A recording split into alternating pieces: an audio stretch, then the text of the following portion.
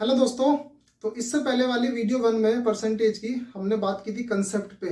Percentage का हमने basic उसमें किया था। इस वाली वीडियो में हम कुछ क्वेश्चंस पे बात करने वाले हैं कि परसेंटेज बेसिक से आप कौन कौन से क्वेश्चंस बना सकते हैं जो जनरली कंपटीशन एग्जाम्स में पूछे जाते हैं। इसके अगले वाली जो परसेंटेज की वीडियो 3 हम बनाने वाले हैं, उस वाली वीडियो में हम लोग एप्लीकेशन ऑफ परसेंटेज पे बात करेंगे।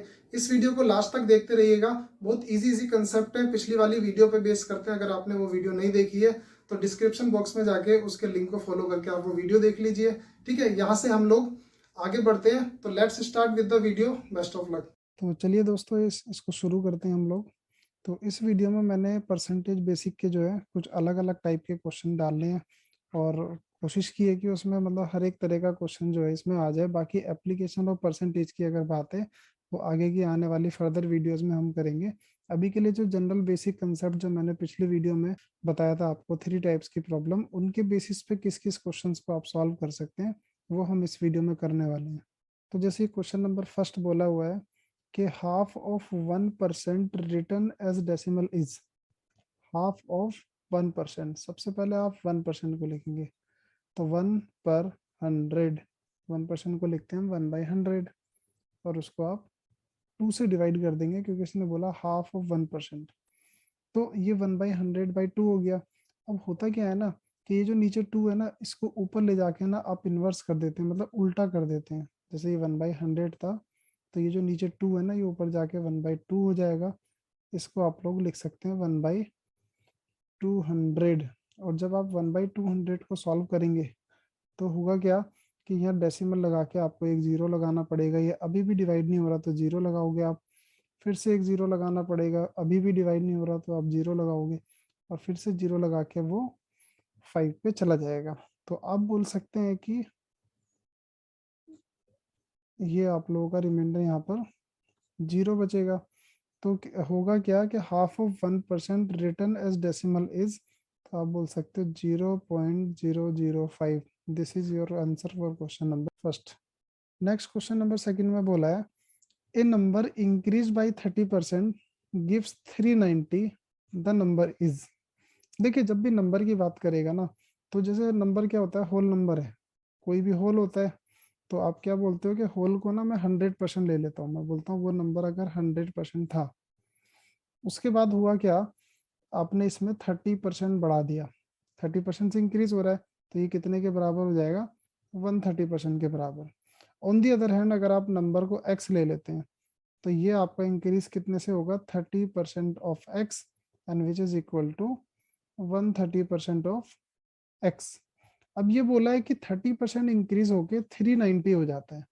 मतलब मैं ये बोल सकता हूँ कि 130% या फिर 130% ऑफ x का वैल्यू ही 390 है। वहां से आपको वो नंबर बताना है। तो आप बोल सकते हैं कि 130% of x equal to 390 and x equal to 390। और यहाँ पर जो आपका ये 130% है, 130/100 आप इसको लिख सकते हैं। ये उधर जाके इन्वर्स हो जाता है तो वो हो जाएगा आपका 100/130। आप लोग इसको सॉल्व कर लीजिए, जीरो से जीरो कट जाएगा, 13 3 जा 39 हो जाता है और उसको इंटू 100 करेंगे तो आपका आंसर निकल के आएगा 300। 300 एक ऐसा नंबर है जिसको आप अगर 30% से बढ़ाते हैं तो वो 390 बन जाता है। And 300 is the answer for question number 2। Next question number 3 में बोला है 96% of the population of village is this 23040, the total population of the village. तो आप बोल सकते हो कि सपोज किया आपने टोटल पॉपुलेशन को एक्स ले लिया, टोटल पॉपुलेशन मैंने एक्स लिया, तो आप बोल सकते हो कि 96% ऑफ एक्स इक्वल टू 23040। और यहाँ से होगा क्या कि x को सॉल्व करने के लिए आप क्या करेंगे, 96/100 of x is equal to 23040। और यहाँ से x का वैल्यू निकल के आ जाएगा आपका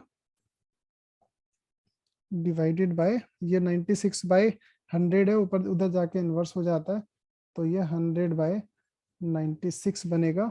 और इसको अगर आप सॉल्व करेंगे तो ये सॉल्व करने के बाद आपको मिलेगा 24,000। और ये आपका आंसर है क्वेश्चन नंबर 3 के लिए। तो चीज़ें बहुत सिंपल है। जो 3 प्रॉब्लम मैंने आपको प्रीवियस वीडियो में बताई है, जिसका लिंक मैंने इसके डिस्क्रिप्शन उसमें डाल दिया है, तो वहां से आप उनको देख लीजिएगा। अगर आपने नहीं देखे तो चीज़ बहुत ईजी होती चली जाती है आपके लिए ना उसके बाद। तो नेक्स्ट क्वेश्चन नंबर 4 बोलता है, if the given two numbers are respectively 7% and 28% of a third number. तो ऐसे में आप पता है क्या किया करो, आपको बोला कि थर्ड नंबर,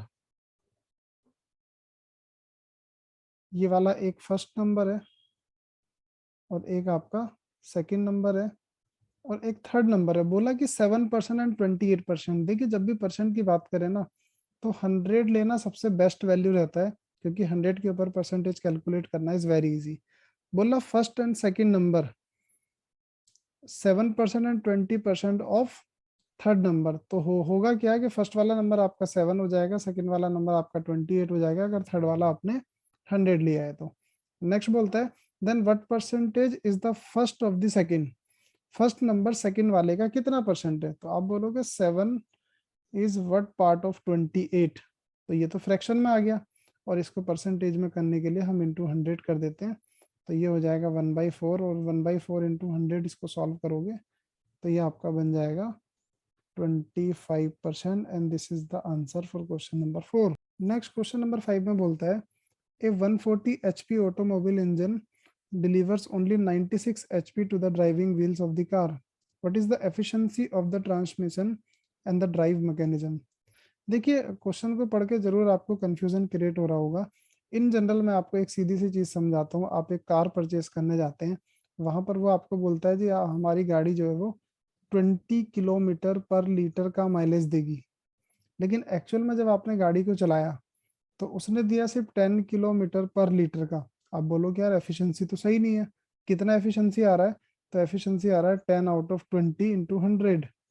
तो बोलोगे जी ये तो 50% ही एफिशिएंसी दे रही है जितना आपने प्रॉमिस किया था। तो यहाँ पर ना वही चीज है कि 140 HP ऑटोमोबाइल इंजन है जो सिर्फ 96 HP का एफिशिएंसी दे रहा है। तो आपको जस्ट उसका परसेंटेज कैलकुलेट करना है कि एफिशिएंसी ऑफ ट्रांसमिशन या ड्राइव मैकेनिज्म क्या है।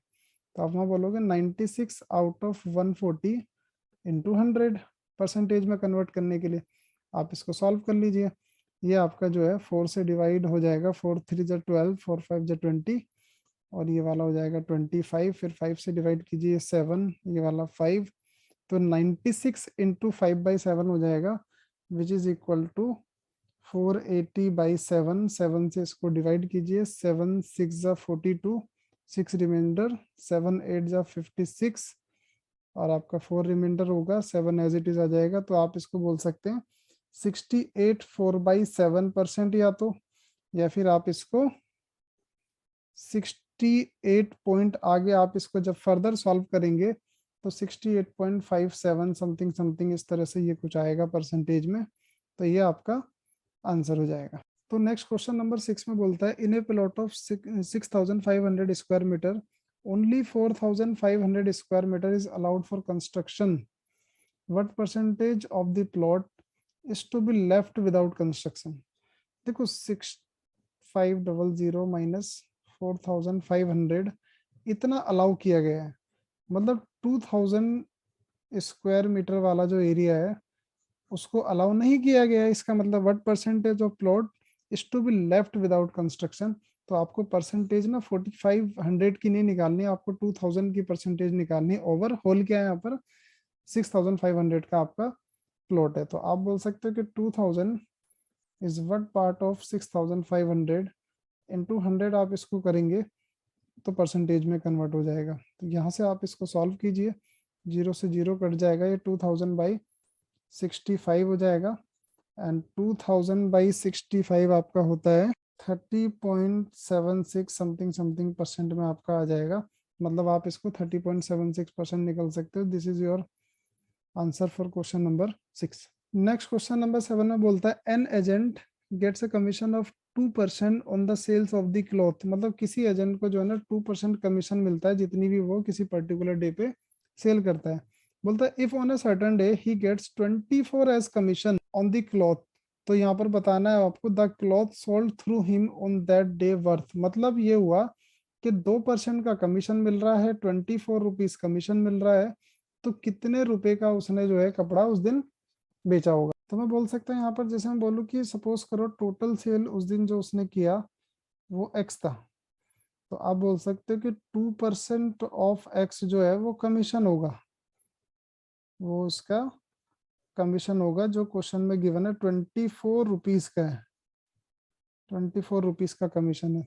तो आप बोल सकते हो कि 2% ऑफ एक्स इक्वल टू 24 है, तो वहां से x का वैल्यू निकल के आ जाएगा 24, और ये 2/100 इधर जाके क्या हो जाएगा 100/2। आप इसको डिवाइड करेंगे, 12 × 100 हो जाएगा 1200, मतलब उस पर्टिकुलर डे पे उसने 1200 रुपीज का सेल किया होगा, जिसमें से उसको 24 रुपीज का कमीशन मिला है, और एक्स किसके लिए हमने सॉल्व किया था, टोटल सेल के लिए। नेक्स्ट क्वेश्चन नंबर 8 में बोला है, if the price of a book is first decrease by 25% and then increased by 20%, then the net change in the price will be। देखो यहाँ पर जो है ना, इस टाइप के क्वेश्चन में ज्यादातर मिस्टेक जो है ना स्टूडेंट से हो जाती है। मतलब क्या बोला, पहले 25% कम किया, फिर 20% से बढ़ा दिया। तो मैं ये कह सकता हूँ कि अगर सपोज करो कोई 100% कोई इनिशियल प्राइस रहा होगा, इनिशियल प्राइस क्या है 100% रहा होगा, मैंने बोला कि इसमें से ना 25% कम कर दिया, 25% कम करने के बाद जो न्यू प्राइस बन के आएगा वो क्या होगा आपका 75। आप बोल सकते हो न्यू प्राइस आ गया 75। अब पता चला देन इंक्रीज बाय 20%, तो अगेन इंक्रीज बाय 20% में गड़बड़ क्या कर देते हैं लोग कि यहाँ से ना 20 प्लस कर देते हैं इसमें, और 20 प्लस करने से क्या होता है कि उसको वो 95 बना देते हैं। 95 बनाने से बोलते हैं then the net change in the price will be, तो यहाँ पर नेट चेंज जो है ना 5% का बोल दिया जाता है, और ऐसा बिल्कुल भी है नहीं, ये क्वेश्चन इस तरह से गलत हो जाता है। तो अब सही क्या है इसमें, सही करने का तरीका ये होता है कि जब आपने 25% कम किया था ना, तो वो 100 के ऊपर कम किया था, मतलब 25% ऑफ 100 किया था आपने, तो इसको सॉल्व किया था तो पता चला ये 25 ही बना, तो इसलिए मैंने 25 माइनस कर दिया। अब बोला कि जब इंक्रीज होगा तो 20% होगा, अब इंक्रीज किस पे हो रहा है, इंक्रीज तो 75 पे हो रहा है ना, तो आप 20% ऑफ 75 निकालेंगे यहाँ पर, और जब 20% ऑफ 75 निकालेंगे तो ये 1/5 हो जाएगा, और 5 से इसको सॉल्व करेंगे तो ये सिर्फ 15 बनता है। मतलब अगेन अगर दोबारा आप बढ़ाएंगे तो सिर्फ 15 बढ़ेगा, और 75 में जब 15 आप बढ़ाते हैं तो 90 बन जाता है। 90 बना, इनिशियल क्या था 100, अब हो गया 90, तो इनिशियल से कितना कम है 10 कम है, तो 10 आउट ऑफ 100 इंटू 100 आप उसको परसेंटेज में कन्वर्ट करने के लिए बोल सकते हो। तो आप बोल सकते हो नेट चेंज क्या होगा 10% से डिक्रीज हो जाएगा, तो ये आपका आंसर हो जाता है। ठीक है, तो ये छोटी छोटी चीजों को ध्यान रखना पड़ेगा आपको जब आप एप्टीट्यूड के क्वेश्चन सॉल्व कर रहे हैं। क्वेश्चन नंबर 9 में बोलता है a man complete 45% of the work in 27 days, in how many days he will complete the whole work. Suppose कर लेते हैं हम, वो एक्स डेज में कंप्लीट करेगा, एक्स डेज में, तो आप बोल सकते हो कि 45% ऑफ एक्स इक्वल टू 27 हुआ ना, 27 डेज में कर ले रहा है, तो आप बोल सकते हो यहाँ पर 45/100 of x is equal to 27, and x equal to 27, और ये 45/100 जो था ना, ये इधर आपका आके 100/45 हो जाएगा। आप इसको डिवाइड कर लीजिए, ये 5 से डिवाइड हो जाएगा, 5 9 जा 45, और ये 20 बन जाएगा, 9 से डिवाइड करेंगे ये 3 बन जाएगा, तो 20 इंटू 3 इज इक्वल टू 60। मतलब जिस वर्क का 45% जो है 27 डेज में कंप्लीट हो रहा था, वो पूरा वर्क कितने दिन में कंप्लीट हो जाएगा 60 डेज में, और यही इस क्वेश्चन का आंसर है। इस वाले क्वेश्चन में आप लोगों को एक चीज ध्यान रखना पड़ेगा कि यहाँ जो है ना बहुत छोटा सा डिफरेंस होने की वजह से ना क्वेश्चन के आंसर अलग निकल के आते हैं। देखो दोनों में डेटा सेम है, 30%, 20%, 25%, सेकंड में भी 30%, 20% एंड 25%। सिर्फ एक वर्ड का यहाँ डिफरेंस है कि ये सेकंड वाले क्वेश्चन में ना यूज हो रहा रिमेनिंग, रिमेनिंग, रिमेनिंग, फर्स्ट वाले में रिमेनिंग यूज नहीं हो रहा है। तो सिर्फ रिमेनिंग वर्ड यूज होने से होता क्या है ना, दो अलग तरह के कंसेप्ट बन जाते हैं। एक तो होता है फ्रॉम दी होल, एक होता है फ्रॉम द रिमेनिंग। मतलब मेरा कहने का क्या है, बोलता है a man spends 30% of his income on food, तो यहाँ पर आप लिखोगे कि 30% जो है ना वो फूड पे खर्च करता है। Second thing 20% on children's education, 20% जो है वो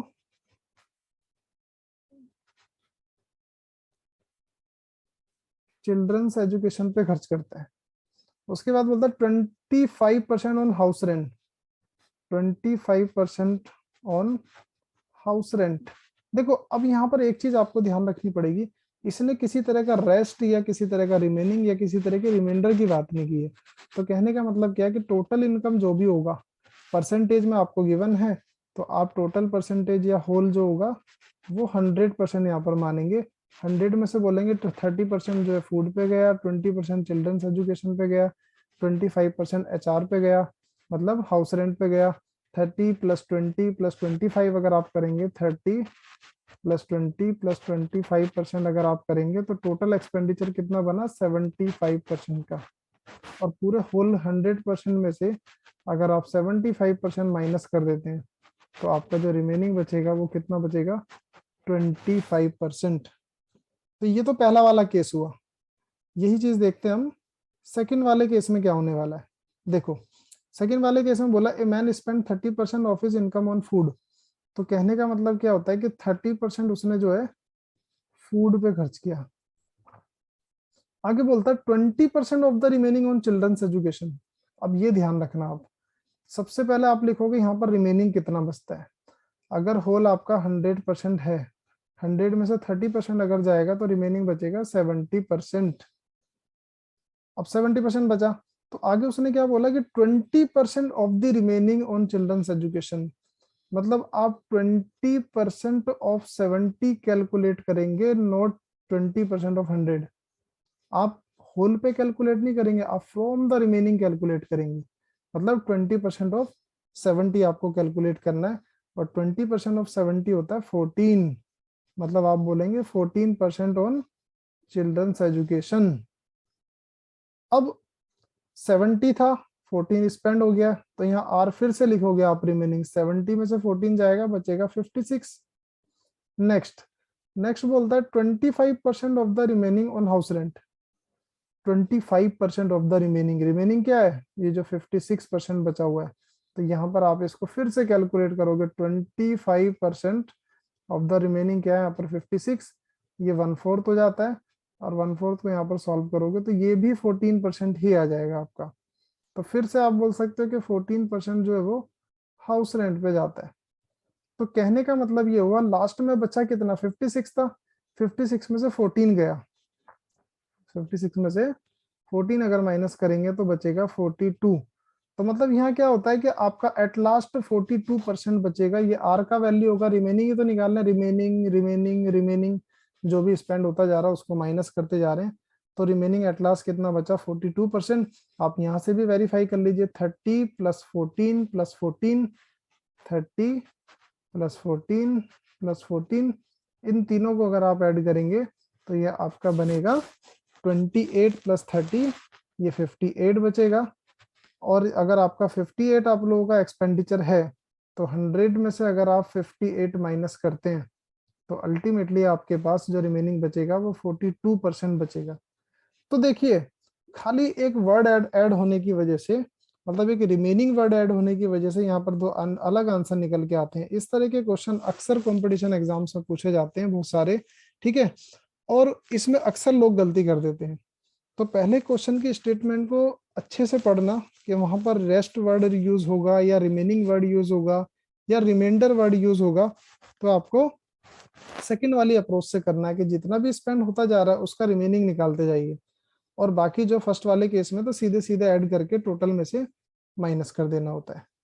तो यहाँ पर ये कंसेप्ट है आप लोगों का, बहुत इंपॉर्टेंट है ये कंसेप्ट, इसको अच्छे से समझना। ना समझ आए वीडियो को दोबारा देखना, फिर भी प्रॉब्लम आता है तो कमेंट सेक्शन में अपनी प्रॉब्लम मुझे बताना। तो यहाँ नेक्स्ट क्वेश्चन नंबर 11 में बोला है the difference between A number and it's 4/7 is 981, what is the number.